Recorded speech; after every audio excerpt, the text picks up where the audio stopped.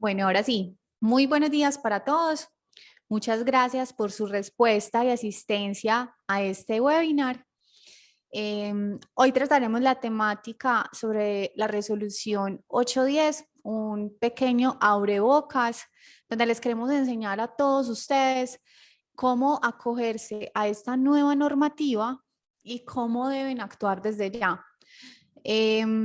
Cómo Alico puede ir de su mano, al igual que el INTAL, para que ustedes empiecen a tomar acciones dentro al interior de sus organizaciones desde ahora, ¿sí? Hoy tenemos como invitados especiales a Alejandra.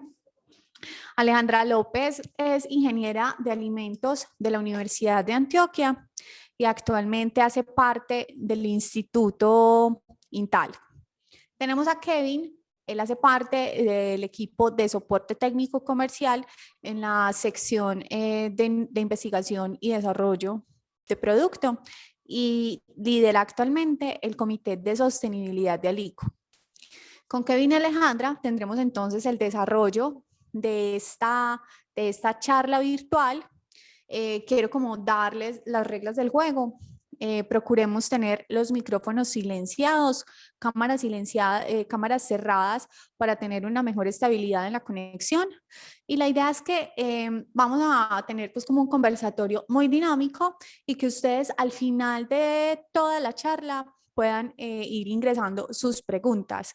Si tienen alguna pregunta en el transcurso pues de las temáticas abordadas, van dejando sus preguntas consignadas en el chat y nosotros al final leeremos todas las preguntas y trataremos de dar solución.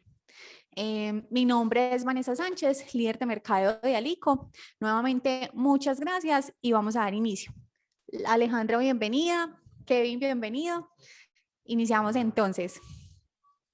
Alejandra, ¿a qué aplica esta resolución y cuáles son sus excepciones? Bueno, mira, esas son una de las preguntas que nos hacen mucho los clientes. En sí, lo que quiere la resolución 810 es poder aplicar a todos los alimentos que se encuentren envasados y se comercialicen en territorio nacional. Lo que pasa aquí es que, primero, no se tenía como esa política para los alimentos que llegaban del exterior y se empezaban a comercializar en Colombia. Ya la idea es poder que esa resolución nos aplique tanto a los alimentos que llegan del exterior a los que producimos aquí mismo. ¿Cierto? Entonces, en sí es como tener una información uniforme, etiquetado nutricional y sellos frontales de advertencia de todos los productos para que así el consumidor tenga pues como conciencia a la hora de adquirir el producto del mercado. También nos muestran una lista, aunque nos dicen que todos los alimentos tienen que tener esta información, también nos muestra una lista de alimentos que están exentos, como por ejemplo lo que son las fórmulas infantiles para niños entre 0 y 6 meses, para niños entre 6 y 12 meses, también las fórmulas infantiles especiales, también lo que son esos alimentos para propósito médico especial, los productos que contienen un solo ingrediente, como en el caso de la carne molida. Este producto, aunque pasó por un proceso, al no contener aditivos, hace parte de esos alimentos que solo es un ingrediente y no necesita tener ni ese etiquetado nutricional ni esos sellos frontales.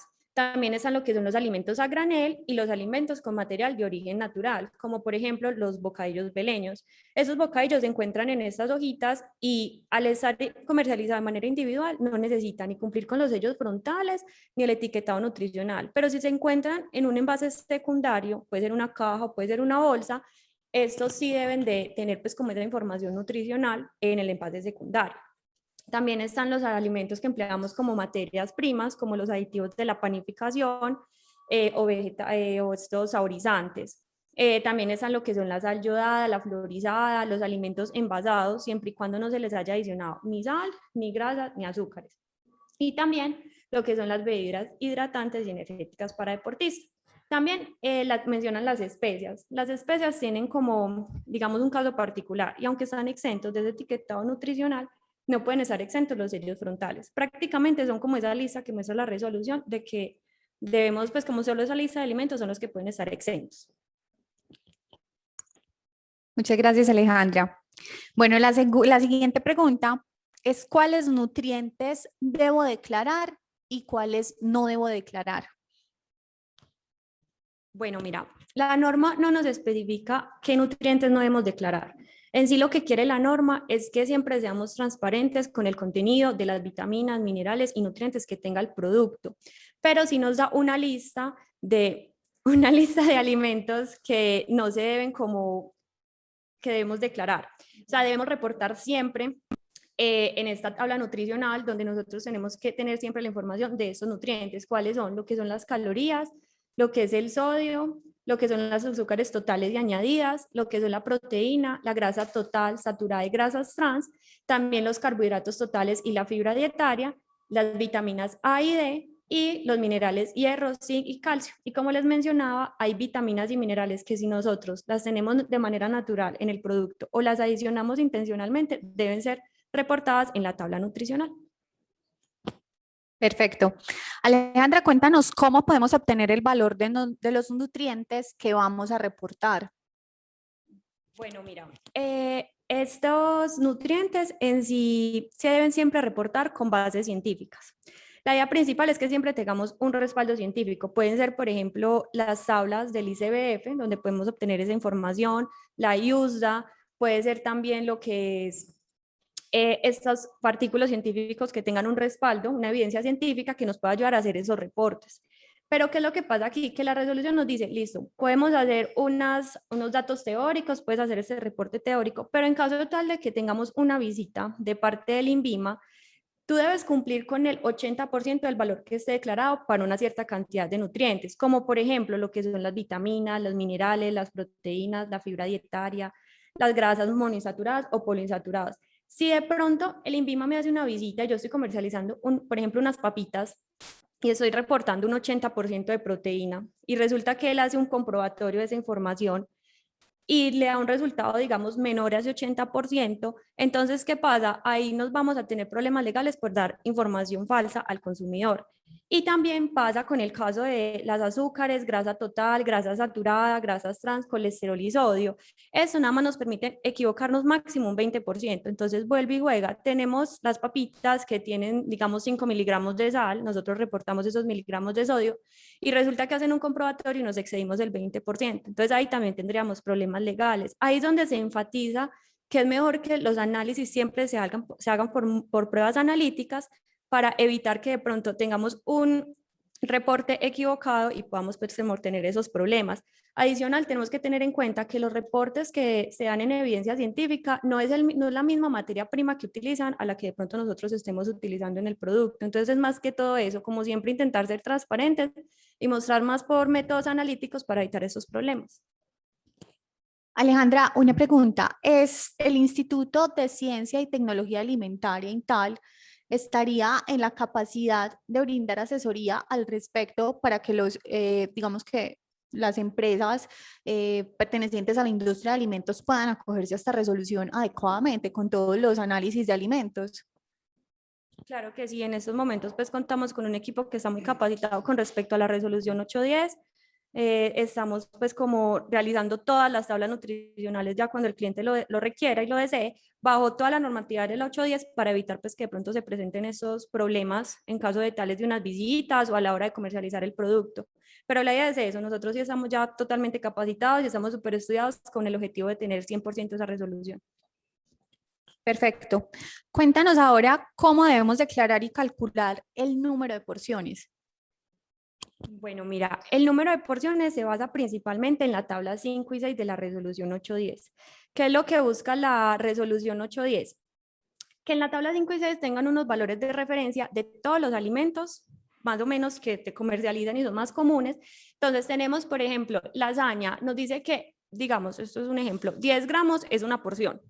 Entonces, ya ahí en esa tabla vamos a encontrar toda la información de para cada alimento cuánto equivalen esos gramos para las porciones. Ahí es como yo como fabricante digo, listo, ya me voy a basar en ese alimento de referencia, voy a tener esos tamaños de porción con esa cantidad en gramos, súper bien. Pero igual la norma nos dice, listo, de igual manera vamos a ser flexibles, no tienes que cumplir 100% ese peso que mencionamos ahí, sino que nos deja movernos entre un menos 30% y un 30% de ese valor que nos dan de referencia.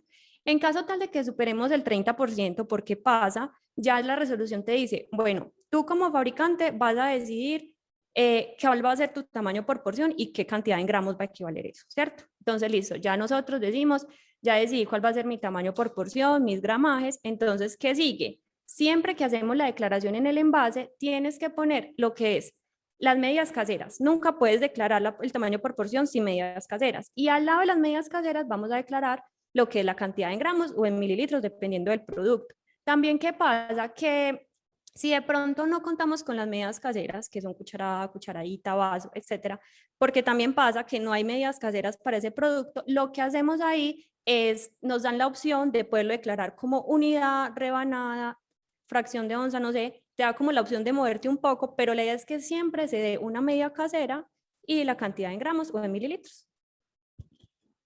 Perfecto. Mira, ¿qué debemos tener en cuenta para declarar los nutrientes del alimento? Bueno, primero tenemos que tener en cuenta cuándo no son cantidades no significativas. Las cantidades no significativas, para mostrarle al público, devolvámonos por favor. Ok, bueno, aquí ya pueden ver las cantidades no significativas. Primero tenemos que tener muy claro cuáles son las cantidades no significativas que nosotros tenemos. Siempre se van a hacer reporte por 100 gramos. Entonces acá nos muestran todo lo que es para carbohidratos, azúcares y nos dicen como esos valores. Si están por debajo de los valores observados en la pantalla, nosotros ya sabemos que primero vamos a tener unas cantidades no significativas que tenemos que declarar, ¿cierto? ¿Qué más tenemos que tener en cuenta? Que ya la resolución, ¿qué es lo que nos dice? Ya no vas a hacer solamente información nutricional por porción, sino que ya también vas a hacer por 100 gramos. Entonces tenemos que tener en cuenta que vamos a tener dos columnas en la tabla nutricional donde nos van a informar esa declaración de esos nutrientes por 100 gramos y por porción. Además, tenemos que tener en cuenta que si vamos a hacer una declaración de nutrientes, no podemos tener ningún sello positivo. Perdón, ningún sello de advertencia, qué pena. ¿Qué es lo que pasa? Que si tenemos un sello en la parte de adelante de, por ejemplo, alto en sodio, pero estamos declarando que mi producto es, no sé, rico en proteína, ese rico en proteína debe ir en la parte de atrás, en la información nutricional, y no en la parte de adelante. ¿Por qué? Porque lo que busca la resolución es que primero nosotros veamos en qué nos puede afectar el producto en nuestra salud, a mirar pues como esas propiedades nutricionales en sí. Alejandra, cuéntanos por favor qué debemos tener en cuenta para declarar las propiedades nutricionales de los alimentos. Bueno, mira, lo que tenemos que tener en cuenta es que siempre sean las referencias que encontramos en la tabla 9. Los valores de referencia siempre van a ser como esa base para nosotros poder saber si vamos a poder declarar esas propiedades nutricionales o no. Es allí donde nosotros podemos identificar en qué nutrientes aplicamos esa declaración, cuándo no. Siempre nos tenemos que basar en esos valores diarios de referencia o en los omegas 3, que también nos lo muestra pues como la normatividad. ¿Qué pasa? Que en caso tal de que de pronto el nutriente que yo quiera declarar, que nos pasa mucho, por ejemplo, un antioxidante, algún nutriente que no se encuentre en esos valores de referencia, el fabricante debe de realizar los ensayos por laboratorio, evidenciar que tiene ese resultado y que en definitiva su producto tiene alto contenido de antioxidantes. Pero debe después de eso comunicarse con el CEABA. El CEABA es la Sala Especializada de Alimentos y Bebidas del INVIMA.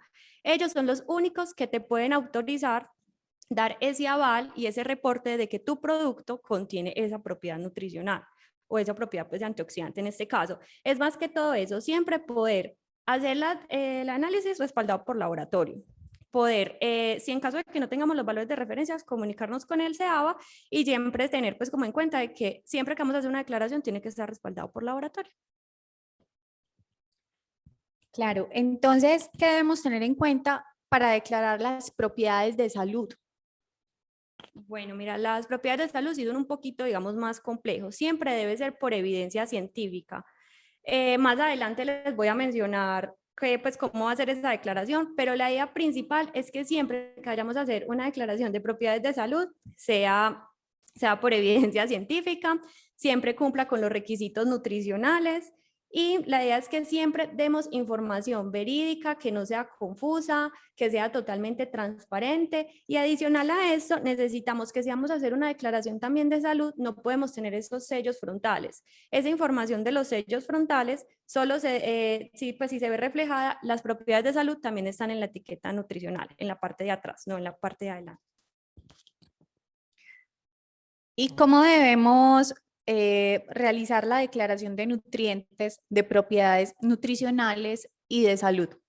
Listo, mira. Entonces, para esto nos tenemos que tener en cuenta y volvernos a los valores de referencia. ¿Qué pasa aquí? Vamos a empezar primero con las partes de propiedades nutricionales. Otra vez. Listo, entonces nos basamos en los valores de referencia.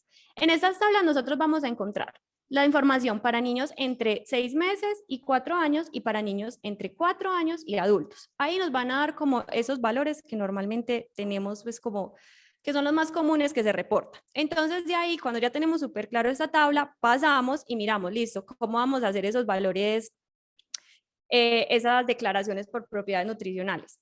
Entonces, para propiedades nutricionales tenemos que tener en cuenta 3 factores, que es contenido, comparación y de no adición.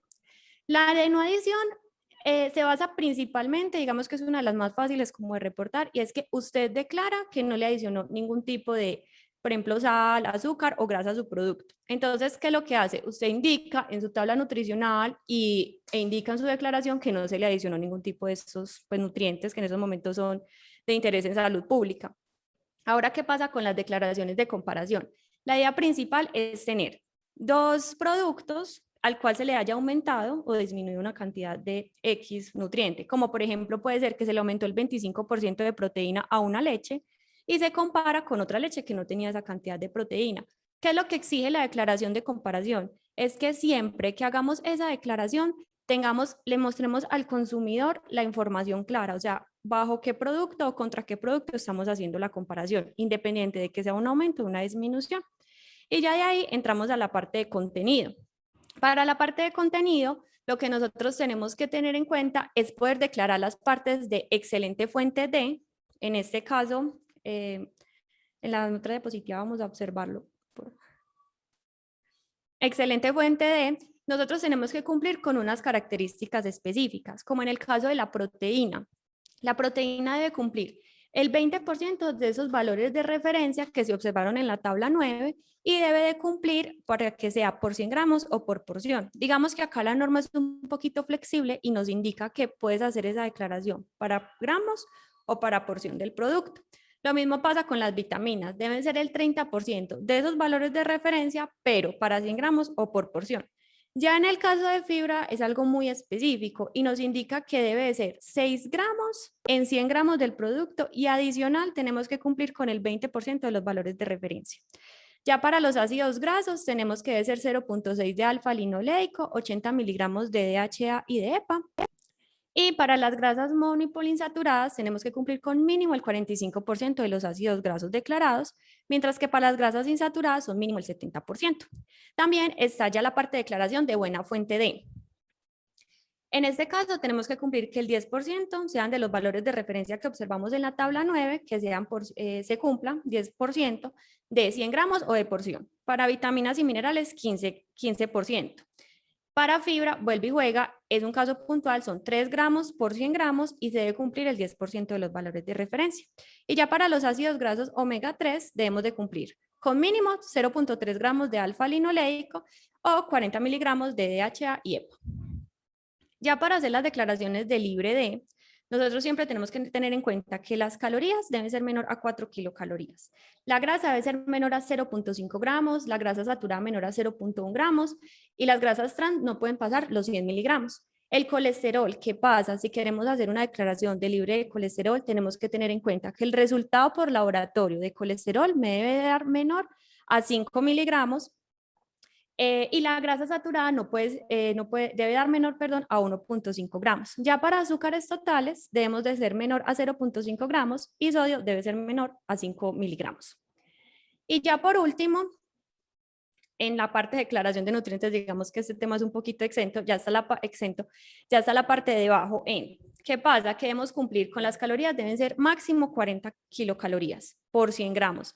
La grasa debe ser menor a 3 gramos por 100 gramos, la grasa saturada debe ser menor a 1.5 gramos por 100 gramos, el colesterol debe ser menor a 20 miligramos por 100 gramos y el sodio no puede superar los 80 miligramos.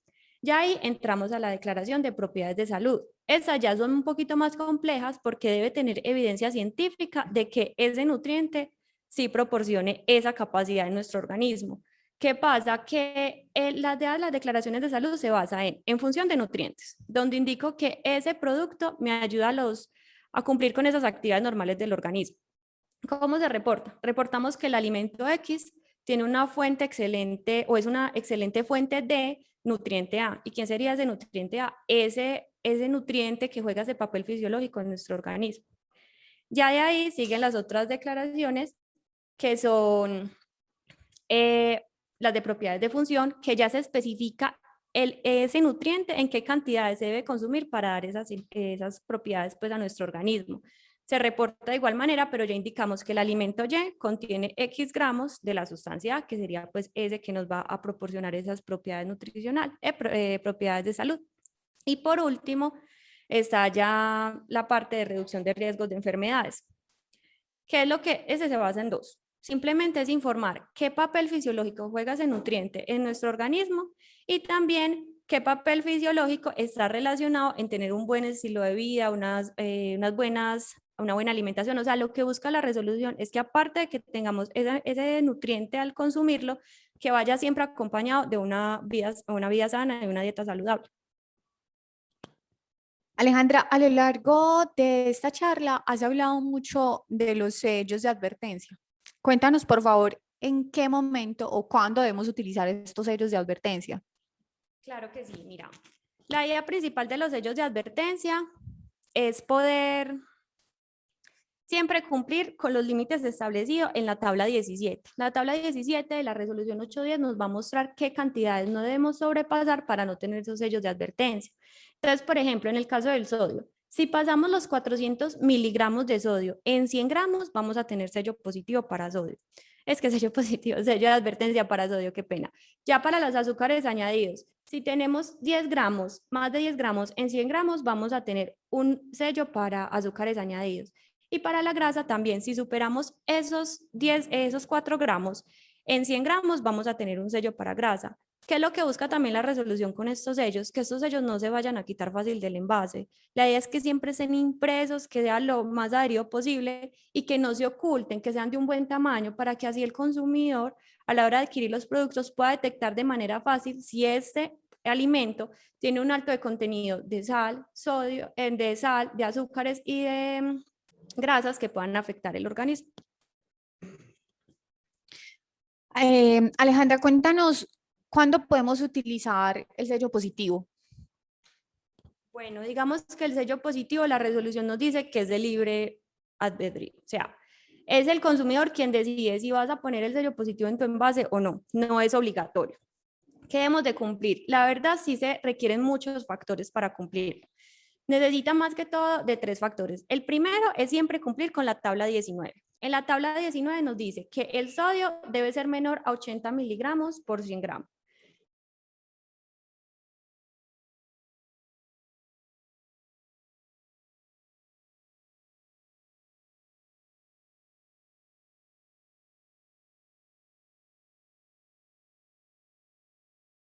Tienes que tener en cuenta que en tu formulación, que normalmente una formulación de alimentos se pone el alimento de mayor o el ingrediente de mayor proporción al de menor proporción, los de mayor proporción no pueden ser ni grasa, ni azúcar, ni sodio. Siempre deben de ser los de menor proporción y tener otros ingredientes por encima. Si también cumplimos con esta formulación, entonces estamos a un pasito más para tener ese sello positivo. Pero la resolución también nos dice, bueno, de pronto si le adicionas edulcorantes, independiente de que sea calórico o no calórico, no puedes tener sello positivo. La idea es que endulces con pocas azúcares añadidas, pero que no utilices edulcorantes, porque si los utilizas tampoco te darían el aval para el sello positivo. Entonces, en sí es cumplir con esas 3 cositas para poder tenerlo.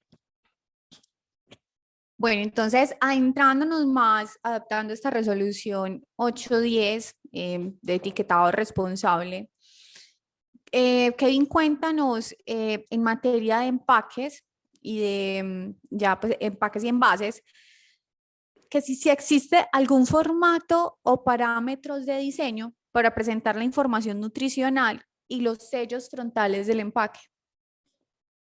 Hola, muy buenos días para todos. Y bueno, la respuesta es sí. En la resolución existen diferentes parámetros donde nos dicen cómo debemos declarar estos nutrientes y también cómo es el diseño de estos sellos, tanto los sellos de advertencia como el sello positivo. Para el caso de la declaración de nutrientes, pues ya como lo mencionó Alejandra, debe ser a través de la tabla nutricional. En la resolución está pues de forma explícita de que el tamaño de de esta tabla nutricional debe de ser de mínimo el 25% del área disponible para imprimir, ya sea en la cara trasera o en la cara, en alguna de las caras laterales, perdón. También nos dice que el tipo de letra que se debe utilizar para esta tabla nutricional debe ser Arial o helvética, y también que debe tener un tamaño mínimo de 10 puntos. Adicionalmente, como lo mencionaba Alejandra y como pues pueden ver en la pantalla, existen unos nutrientes que son como el enfoque de esta resolución, que es el caso, por ejemplo, de las calorías, las grasas trans, las grasas saturadas, los azúcares añadidos y el sodio. Y por ende, en la tabla nutricional se deben resaltar estos nutrientes. ¿Cómo se resaltan? Pues primero se ponen en negrilla, como lo pueden ver pues en la presentación. Adicionalmente, deben de tener un tamaño de 1.3 veces más grande que el tamaño de los demás nutrientes. Adicionalmente, lo que son las calorías y las vitaminas y minerales deben de separarse de los demás nutrientes a través de una línea negra que está pues resaltada para hacer como esa diferenciación. Por otra parte, y también pues reforzando lo que nos comentaba Alejandra, ya esta tabla nutricional se debe hacer tanto por porción como por cada 100 gramos de alimento. Y se debe especificar el tamaño de porción y la cantidad de porciones con las que cuenta pues el envase, ¿cierto?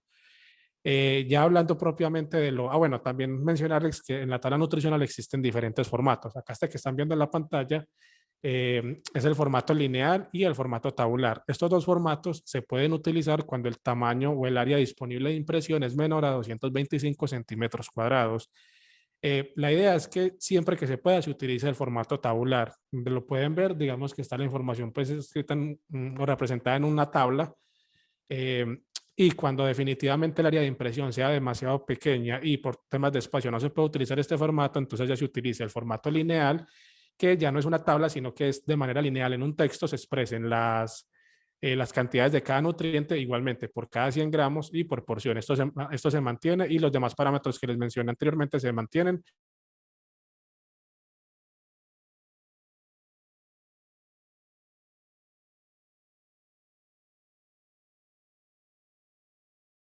El primero es que estos sellos deben de estar ubicados en la cara frontal del empaque o de la etiqueta y en la parte superior derecha. Estos sellos, como lo pueden ver en la presentación, constan básicamente de un símbolo circular de fondo negro, en el cual se encuentra un texto que dice alto en y ya el respectivo nutriente, bien sea sal, azúcares añadidos o grasas saturadas. Este texto debe estar siempre en mayúscula y tener un tipo de letra de Arial Bold. Algo muy importante también es que la resolución nos dice o nos representa los tamaños, en este caso para este tipo de sellos es el diámetro que deben de tener de acuerdo al área disponible de impresión. Esto se encuentra pues en la tabla que están viendo en la presentación y que también se encuentra en la resolución. Entonces digamos que hay, para ese punto, pues de acuerdo al área del empaque que se tenga, pues también se determina el tamaño del símbolo. Y también en la resolución nos dice las proporciones que deben de tener estos símbolos, ¿cierto? Tanto el símbolo individual como las distancias que deben tener en caso de que se utilicen o se van a utilizar más de un símbolo. Por ejemplo, si se utiliza alto en sodio y alto en azúcares añadidos simultáneamente, cómo deben de estar distribuidos, ¿cierto? Y para el caso del sello positivo, de igual manera, este sello debe estar ubicado en la parte frontal o en la cara frontal del empaque o etiqueta, pero ya en la parte inferior izquierda. En la resolución nos estableció como los colores específicos que debe tener este sello, ¿cierto? Son dos colores que se dan a través de RGB y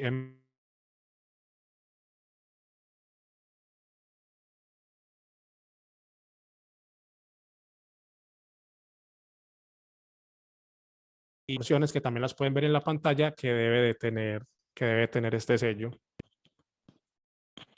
Kevin, cuéntanos cómo sería el proceso para realizar estos cambios de diseño en el empaque de mi producto. Listo, Van. Entonces, lo primero que deben de hacer es hacer todos estos análisis que nos comentaba Alejandra, pues digamos que de manera independiente o a través de instituciones como el INTAL que brinda este servicio para determinar el contenido de cada nutriente y la posibilidad de hacer alguna declaración, pues ya sea de propiedades nutricionales o de salud o de incorporar el sello positivo. O también, si es necesario que de acuerdo al resultado de estos análisis deban utilizar el sello de advertencia.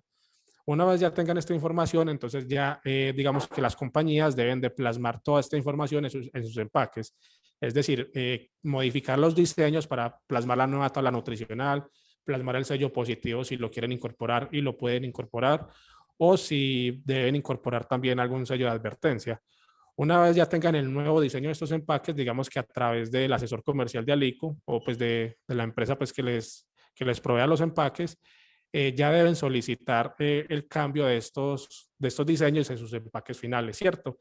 Y ya pues se hace como todo el proceso. Es un proceso que puede ser bastante demorado en algunos casos dependiendo de la complejidad del diseño, por lo cual les recomendamos pues hacerlo como con un poco de antelación. Ya ahorita más adelante les vamos a hablar un poquito de los tiempos. Y acá también les queríamos mencionar que nosotros de parte de Alico, pues siempre como tratando de brindar el mejor servicio a nuestros clientes, hemos diseñado un documento que básicamente es un resumen de todos estos parámetros de diseño que les mencioné anteriormente, de qué tipo de letra, qué tamaños, qué colores, qué proporciones se debe utilizar, etcétera, para que ustedes lo utilicen al momento pues de modificar sus artes o sus diseños. A partir de la próxima semana pueden solicitar este documento a través del asesor comercial respectivo. Y también hemos creado un ejemplo, es un render, ¿cierto? Un modelo 3D de un empaque con todos estos cambios, con la nueva tabla nutricional, pues con los nuevos diseños, donde debe estar ubicado el sello positivo y también los sellos de advertencia. Súper bien, Kevin. Entonces, ya entrando en materia de Alico, cuéntanos a partir de qué fecha nuestros clientes pueden empezar a realizar estos cambios en el empaque de sus productos. Listo, entonces digamos que a partir de la fecha ya en Alico estamos preparados y contamos con la capacidad de empezar a realizar estos cambios. Es decir, si el día de mañana alguno de nuestros clientes se manifiesta y nos dice, ves que ya modificamos nuestro diseño y este es el diseño nuevo para cumplir con esta resolución, ya estamos en la capacidad pues de hacer todo el proceso necesario para que sus nuevos empaques, los nuevos empaques que les vamos a vender para que ellos pongan en el mercado estén pues cumpliendo con esta resolución. Como les dije anteriormente, este es un proceso que puede ser un poco demorado dependiendo de la complejidad del diseño. Hay unos empaques que tienen un diseño, digamos que muy sencillo, ¿cierto? En este caso sería mucho más fácil, pero si es un empaque con muchos tonos de colores, mucho texto, mucha impresa, puede ser un poco más complejo. Para finalizar, entonces, cuéntanos nuestros clientes y pues las personas que nos están viendo en este momento, ¿hasta cuándo tienen plazo de realizar estos cambios en sus empaques? Bueno, Vanessa, es una pregunta que digamos que muchos clientes están un poco inquietos con ella, ¿cierto? De hasta cuándo tengo, cómo puedo hacer este proceso. Entonces, ahí básicamente esta resolución fue aprobada el mes de junio del presente año, ¿cierto? Y en ella se estipula que las compañías a las que aplica esta resolución tienen un tiempo de máximo 18 meses para realizar todos estos cambios, que es cuando ya la resolución como tal entra en vigencia y el INVIMA puede entrar a aplicar sanciones por incumplimiento de esta resolución. Entonces, según estos tiempos estipulados en la resolución, las compañías tienen hasta diciembre del próximo año, es decir, diciembre de 2022, para realizar todos estos cambios. Sin embargo, vuelvo y les reitero, estos cambios pueden ser un poco lentos y un poco complejos, dependiendo del diseño. Entonces, nuestra recomendación es que empiecen a trabajar de una vez en estos cambios para que el próximo año, en los meses de noviembre, septiembre, octubre, diciembre, no estemos nosotros acá supercargados de trabajo y tengamos que hacer todas las carreras, ¿cierto? Sino que si se va haciendo paulatinamente, que algunos clientes empiecen desde ya para que cuando se llegue a esa fecha ya tengan la tranquilidad y puedan estar seguros de que van a cumplir con esta resolución sin ningún inconveniente. Es de aclarar a nuestros clientes que el proceso de preprensa de Alico lleva ciertos tiempos y es un proceso que en muchos casos puede resultar dispendioso y demorado. Entonces, nuestra recomendación es que se anticipen a los sucesos, empiecen a realizar estos estudios. Como Kevin nos decía, el INTAL puede brindar este tipo de asesoría y acompañamiento a nuestros clientes desde la parte técnica. Y pues ya digamos que en el proceso de preprensa y artes de sus compañías, empezar a realizar los cambios de diseño para que en los tiempos de corrección de artes, modificaciones y demás, no vayamos a quedar a lo último, digamos, limitados de tiempo. Y que pues la aprobación final y el tiempo de producción de Alico esté acorde a los tiempos de producción de ustedes y al tiempo máximo para acogerse a esta resolución. Es por esto que estamos desde ya brindándoles a ustedes información y capacitación para que ustedes se anticipen a los hechos, cuenten con nosotros para llevarlos de la mano en el proceso de acompañamiento en acogerse a esta nueva normativa y pues estén cumpliendo los tiempos adecuadamente. Les agradecemos de nuevo, para nosotros ha sido un placer tenerlos hoy con nosotros, que tengan un excelente día. Hasta luego.